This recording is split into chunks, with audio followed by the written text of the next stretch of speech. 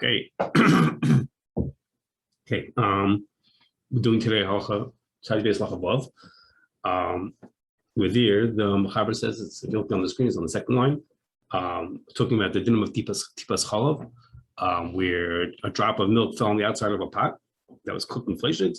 And there it says it's a connection to that. It says if nafal connected the aish, if the drop of milk fell in a place where there's a fire there, facing the fire, then mutter, it's okay because she'isar from yavshay, because the fire burns it up before any blias can happen. Okay? And so no, it doesn't happen. It gets burnt before it's able to transfer the blias, and therefore you don't have to worry about the milchiks and fleshiks in that case mixing together. Okay, this din that the aish could burn up a davar wood is important.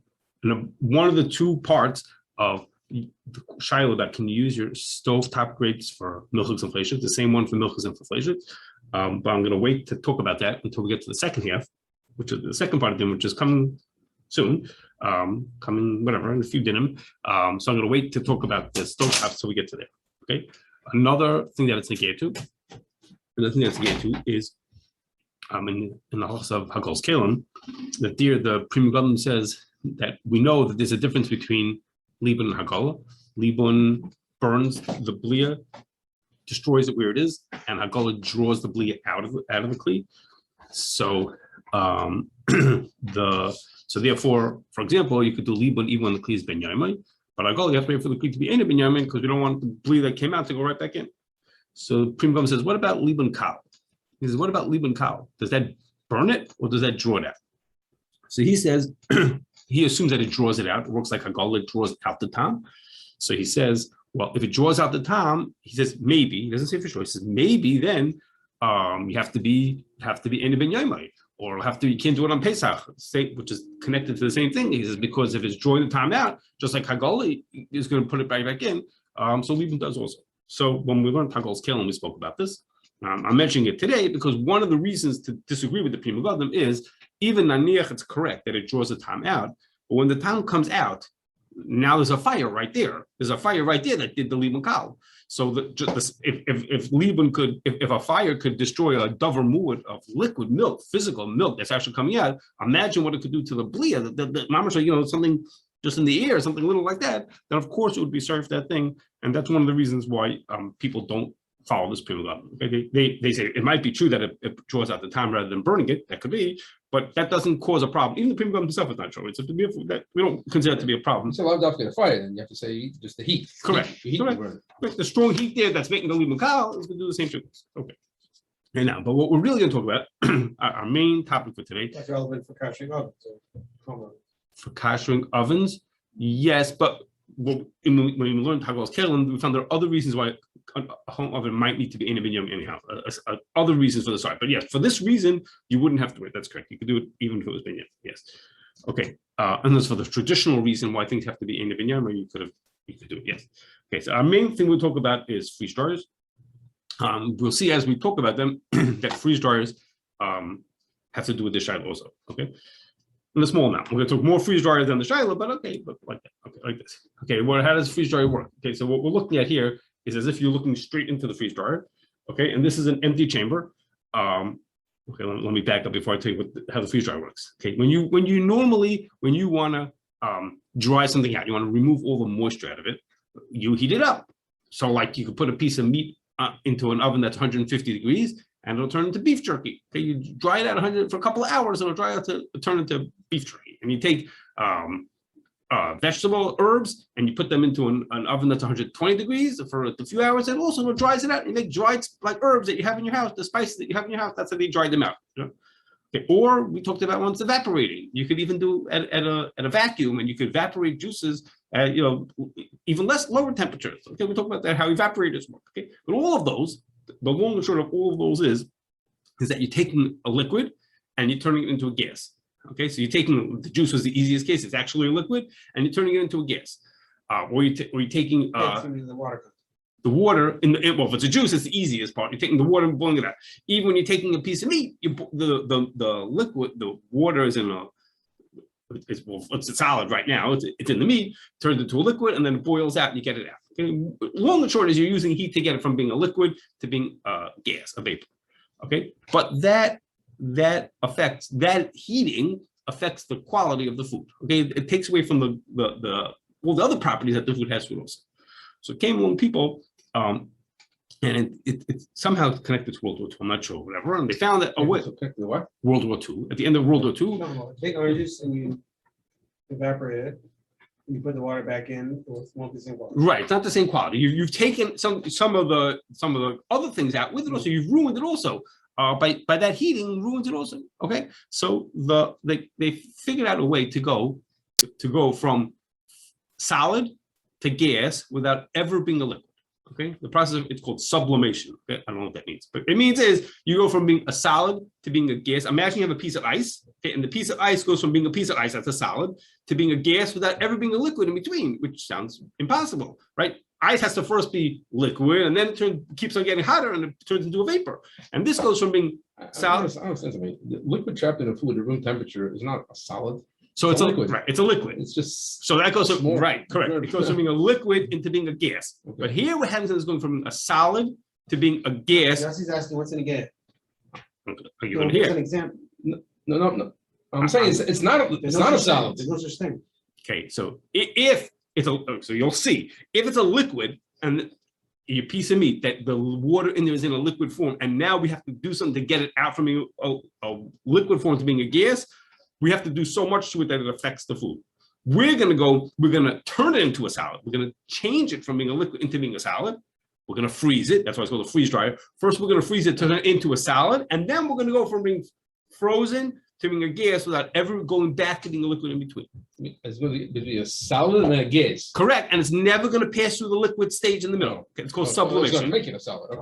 We're gonna. So that's what it's called. Yes, I'm sorry. We call it a freeze dryer because first you freeze it. You freeze it very thoroughly, so it's complete solid, and then you take it from being solid to being gas without ever passing in the middle. Okay, it goes through called the triple point. Reliquefying it. Yes, called the triple point through a process called sublimation. Those are all very big words. I can't explain to you the science of it. They've tried to explain it to me. I don't get it. I don't, whatever, Wow. not so relevant. So anyhow, so that's what it does. It goes from being frozen to being gas, and it never. Dry ice that goes from solid to gas at room temperature. Yeah, but this is not dry ice. This is not. This is It's whatever. water. Okay, so how does it work? Okay, so it is like this. Okay, now back to the picture. Okay, so we have here.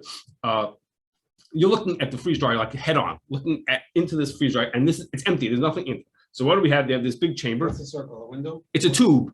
I'm explaining it. It's a tube. You're looking into the tube. It's like, think about it's a truck. Okay, you're looking into the tank here this way. It's It's a long freezer. yes, it's not long. vertical. It's horizontal. It's horizontal. We're looking into a horizontal tube. Okay. Okay. I'm sorry. This looks like shelves in a hot box. It's It's very close to that. Okay, so you're looking into the horizontal tube, and what you have here is it's an empty tube. Okay, and that's the black all around. Okay, and it has in it heating bars. Okay, a bunch of heating bars spaced in between there. I made you however many I made you. Okay, and what you do is now separate from that. That's what the chamber looks like. Now you have a rack, okay, on wheels. Okay, you have this rack here. That's just a plain, good old fashioned, nothing special about this rack, just a plain old rack. And onto it, you put trays of frozen food. Okay, the food is not just frozen; it's like seriously frozen. They put it to deep freeze, usually like 20 hours. Like it really has to be thoroughly, completely frozen Before they even move it in. Yeah, this is in a freezer, in a standard freezer, in a good old fashioned freezer. Just Okay. it has to be very cold and solidly frozen, like without like no bits that are not even frozen, solidly frozen. And then you roll the rack into the chamber. Okay, you roll the rack into the chamber, and the way it's set up, the way you see how it's set up is that for every part of the rack has a tray on top of it and has a heating bar right underneath it. There's a heating bar underneath the tray, underneath the rack itself. Okay, the rack, under each bar of that rack, there's a heating bar sitting underneath it to heat it up. Because what's going to happen is in this chamber, this product's going to sit in the chamber for like 20 hours for a really long time, and under almost perfect vacuum, and the temperature is very controlled. That's why there are heating bars between every one of them, because it's in your, let's say in your home oven, you heat your home oven to 350. It means one part is 350, one part is 340, one part is 320. It's not exactly the same temperature because the heat's only one place. Here, the heat comes from every single spot, so the temperature is very, very well controlled, all computer controlled, and it makes it that it runs through this very long, very, very long cycle, like 15, 20 hours. And at a very specific temperatures, it goes a little higher, it goes a little lower, all kinds of very specific temperatures. And what happens is the product that's sitting on the tray slowly loses its water, it goes, but it does not change the way it looks. Okay, if you put the food onto there, and when it comes out after, it looks almost exactly the same as when it went in. Okay, where does the water vapor go out? What is the? And the water, so there's a vacuum here, and a vacuum, and also there's sucking, which is the same thing. We vacuum that, so the vapor gives the appearance of disappearing. In other words, it doesn't, you don't see things coming out of it. It's turning into a vapor, but it's coming out very slowly into a vapor. And as that's happening, it's completely being yanked out of the machine because we want it can't be any liquid in the machine. Liquid is the enemy over here. We want to not have liquid on these products. We want to go from. What temperature is this? So it depends, in the 140, 150, 160 range, okay? Oh, not even extreme temperatures yet. No, just the opposite. The vacuum is what's letting things boil, but we're not trying to vacuum. We're not trying to boil. We're trying to get to what they call the triple point. The triple point, whatever, I don't know what the science is. It's where the solid, liquid, and gas are all at the same stage. I don't know what that means. I'm saying words I don't know what I'm talking about. And at that point, it can go from being a solid, it could pass from being solid to gas without actually being in the liquid stage. Oh, what kind of food is this? So, what kind of food? Good question. Okay, so there's moisture in it, no? So they've tried to do with things like lettuce, okay, but lettuce has so much moisture in it that when you're finished, there's nothing left, okay. But they do look so things that too much moisture doesn't work. But like for example, if you buy an instant soup, it has vegetables in it. Those are freeze dried. Okay, that's a freeze dried. So see the peas that are over here. Okay, put it on the screen. The peas over here. It looks like a regular pea. Okay, it looks like a regular pea. There's nothing. I mean, it doesn't exactly look like a regular pea, but give or take, it looks like a regular pea. But it's been freeze dried. All the moisture. It was cooked. It was not cooked. Well, I don't know if it was cooked. I shouldn't say. I have no idea if it was cooked or not. But it was. I don't know if a pea needs to be cooked. But it's a pea. It's corn. Okay, it was frozen. The moisture was taken out of it by freeze drying, and now if we put it back into water, it'll reabsorb it and turn, so to speak, back into a regular pea the way it was originally. It's the same size it was before. It's the same everything as it was before. How is that possible? The moisture is that. Because when we freeze dry, it holds its structure without having any liquid in it. Okay, that's why lettuce, it didn't work, because if you feel it, you'll see it. It's very fragile. You can try. You can see it's fragile, and you could crack it, but when you freeze dried, it held on to it. Okay, so they do it for vegetables like you see it in your soup. You hopefully don't see in your soup that they do it also for shrimp. Okay, shrimp is somehow a big one. Meat, fruits and vegetables like strawberries. Like if you make breakfast cereal that has strawberries in it, okay, those are freeze dried strawberries. Okay, you can't put regular strawberries into your cereal. And the value of freeze drying it is it holds the quality of the product. Quality, and it's shelf stable. Right, it doesn't need to be frozen. Yes, it doesn't need to be frozen, and it certainly it'll never rot because there's no moisture in it. But and it's supposed to taste good. It's supposed to be like the original thing. Okay. Isn't coffee freeze dried? And coffee, yeah, we're gonna get to coffees. I have coffee in here. We're gonna get to the coffee in a second. Okay. And coffee is a big thing that people freeze dry, and herbs. Okay, herbs also are things that are freeze dried. So the herbs, and the. But you can't eat freeze dried stuff. It needs to be reconstituted. You could eat it. It just doesn't have the consistency that you want to have of a pea. It has everything of the pea is in there. It just doesn't.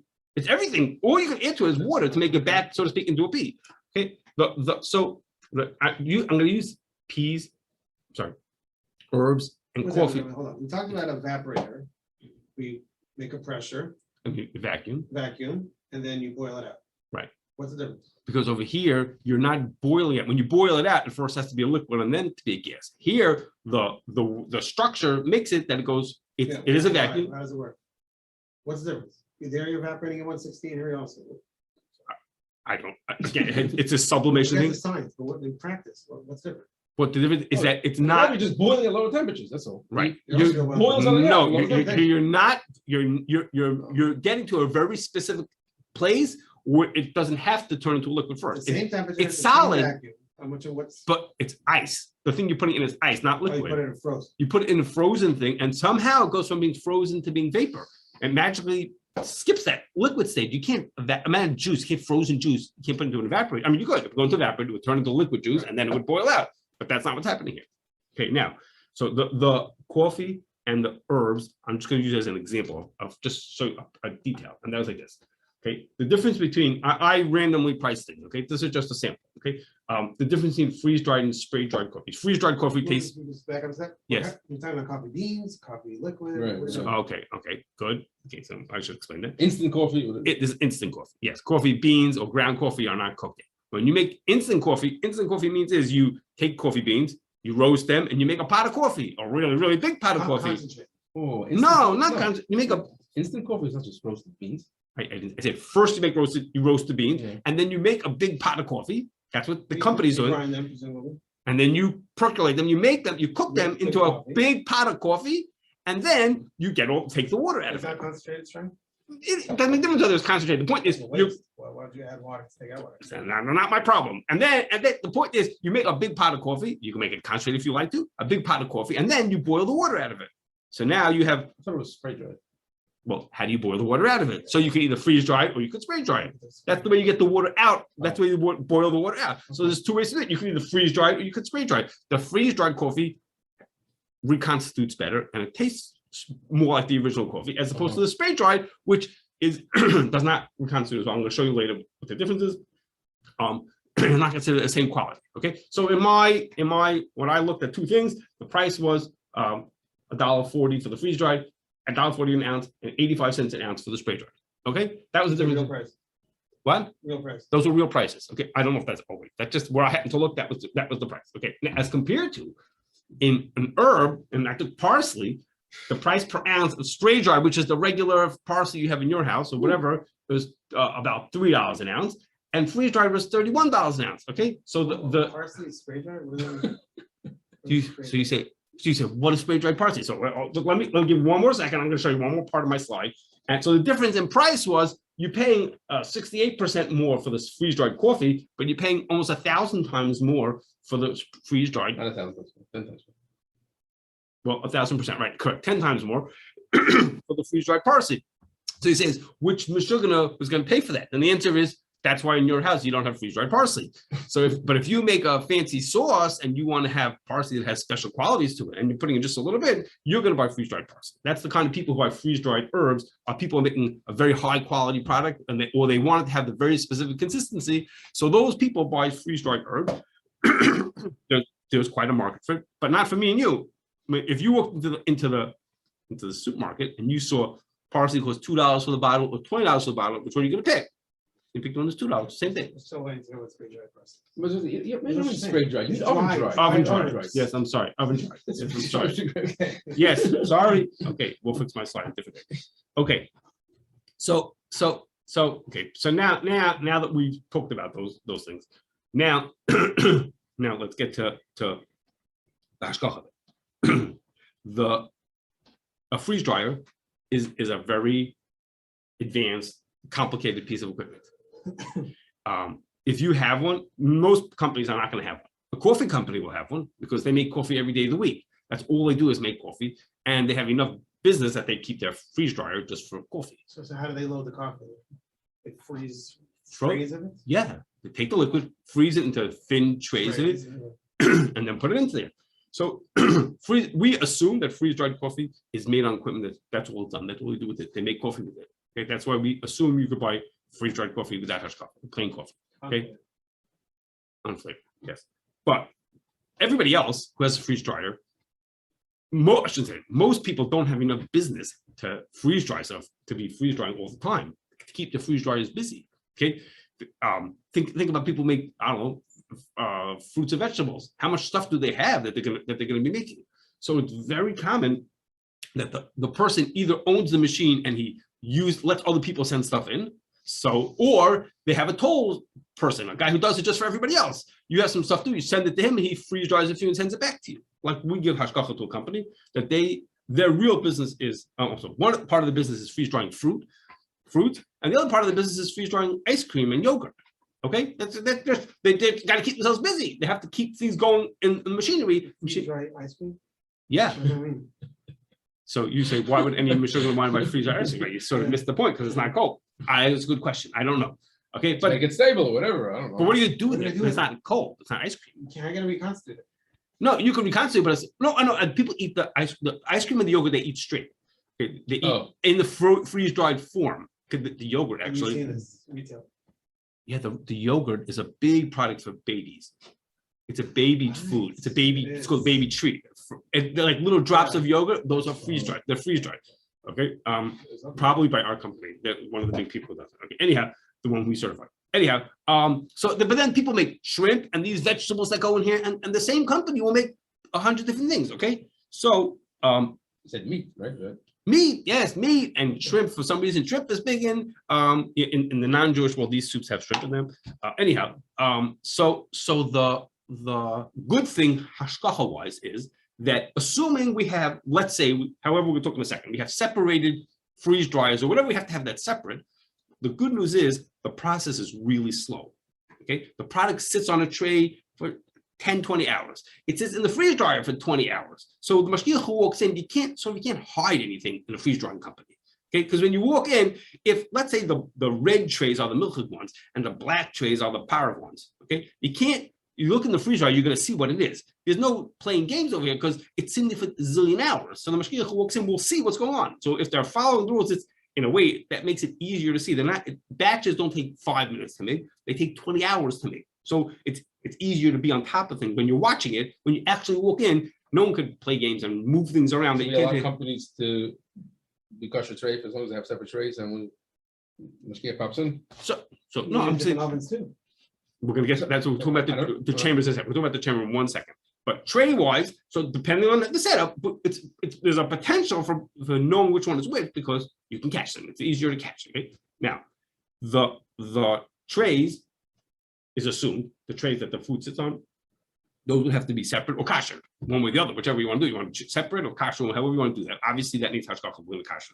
Okay, both of them. What about the chamber and the racks? Okay, what about the chamber and the racks? So if you don't know, if you just look at it, you say, well, we're boiling water in these things, and there's problems of blias of zayah going from the food all over the place. We're boiling it out, and that's when we come back to our din, which is no. The din is what the din we're talking about is that the aish is served for davar muad. So every single one of the trays of frozen food has on top of it a heating tray, a heating bar right on top of it. Okay, so as the vapor, any vapor that would come off is coming up to the heating bar that's right on top of it.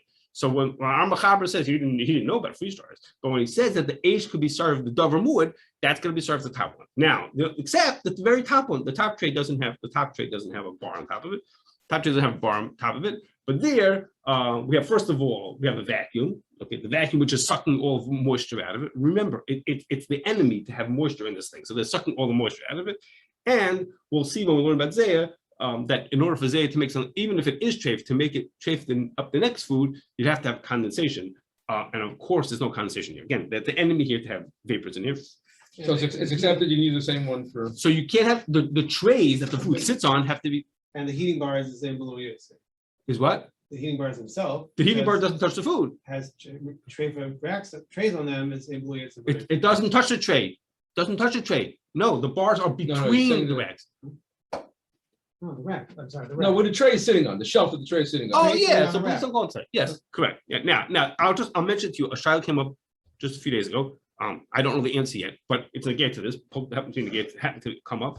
It doesn't happen that things fall off the tray. Go on the shelf They're frozen. So it's a good question. So Whatever something. Scientifically, whatever, in real life, things happen. Where would it fall? So he's saying maybe it falls onto the rack. That's what you're worried about. It'll fall onto the rack. Okay, I'm not sure. I'll have to think about that part. Now, I'll mention to you a Shiloh came up.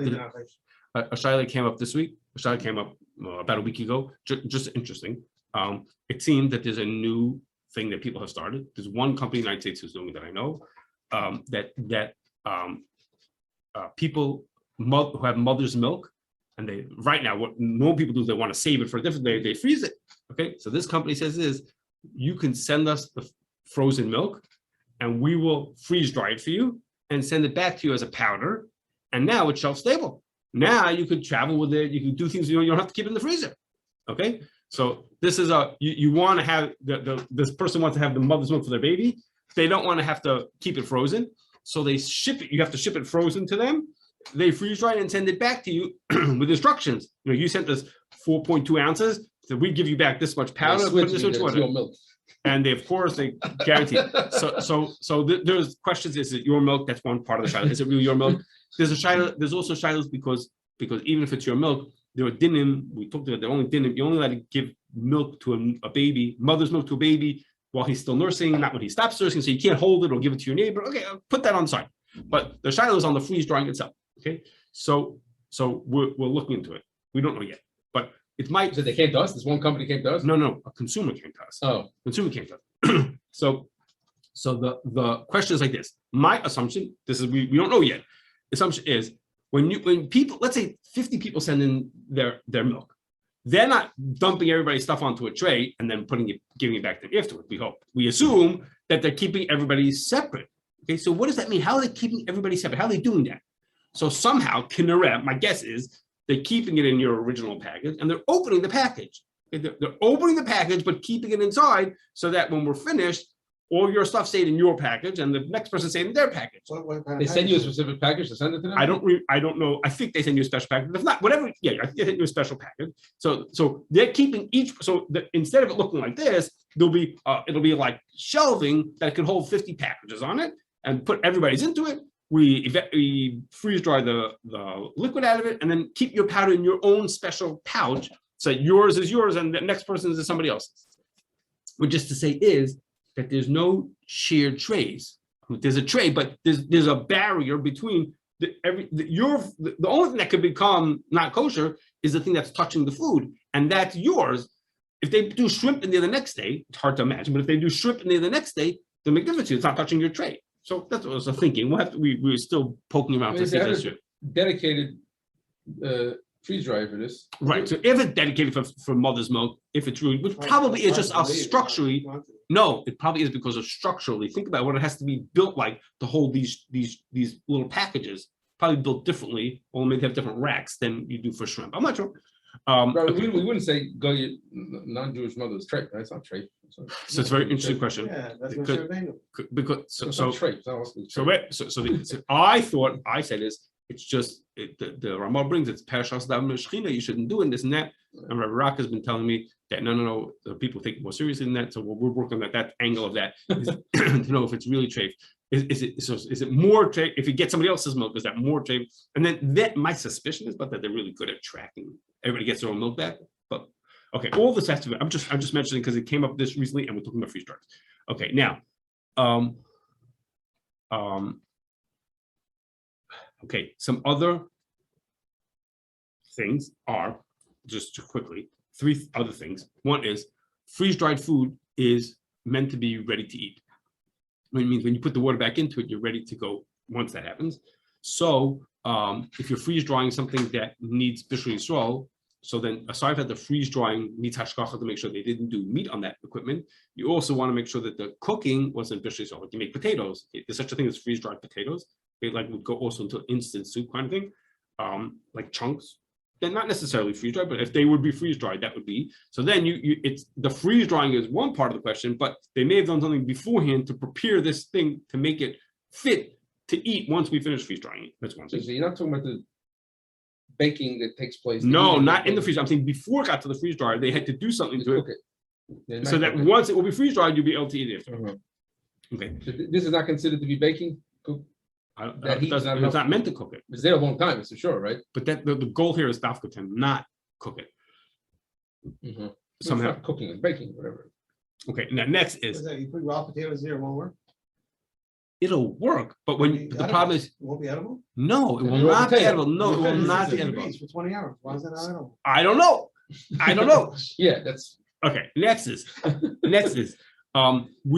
most things that get freeze dried, like whole things, like fruits and vegetables.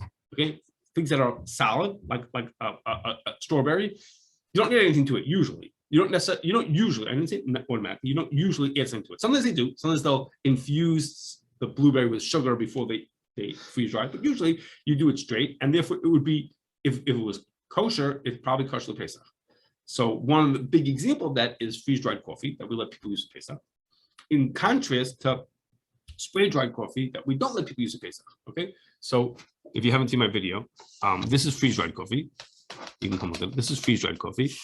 Okay, and this one is, and this is spray-dried coffee, okay? And when you look at it, you see it's really easy to tell once you put it into your hand that the freeze-dried coffee is chunks. Think about it, it was frozen as a sheet and then broke up, and the chunks, you put it in your finger, you'll feel it better. It's a chunk, as opposed to the spray-dried coffee is really a powder.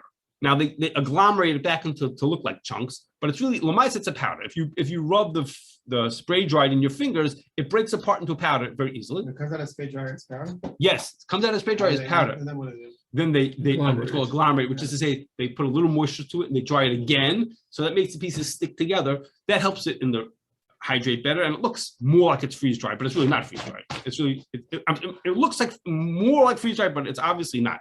And the freeze dried one, if you hold it in your hand, you can crumble it if you want to, but it's a chunk. It's harder to crumble. Okay, and the last is, What's the color? so the difference is if I have coffee, if it's freeze dried, they don't add anything to the coffee. So freeze dried coffee for Pesach is okay if it's not, if it's not decaf, if it's not. But spray dried, they sometimes add starches to it to help in the drying. It just helps. It gives more solids for the coffee to hold on to.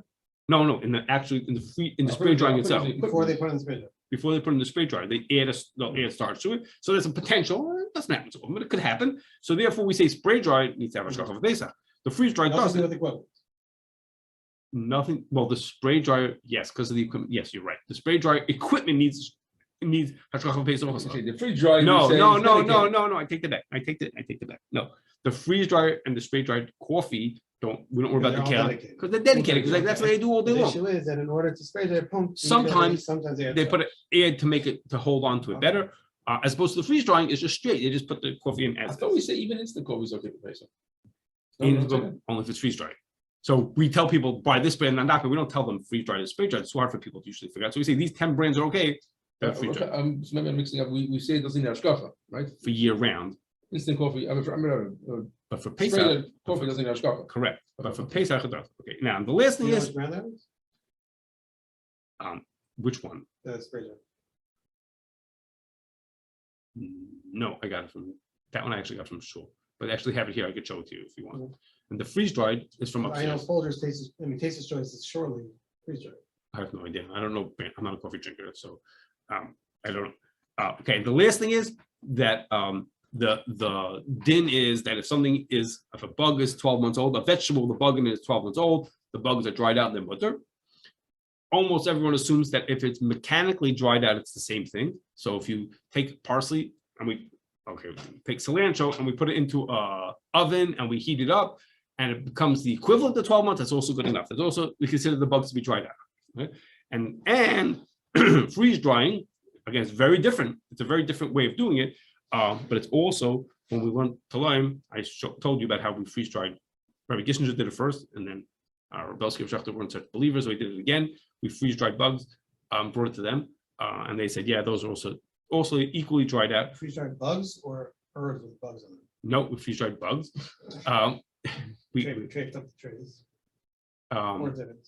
I don't remember. Maybe we put it on a piece of paper. It came from a vegetable company, an herb company, that they themselves have a machine, a tumbler to get out bugs from it. Not the kind of bugs we want to get out, but their kind of bugs. And they have,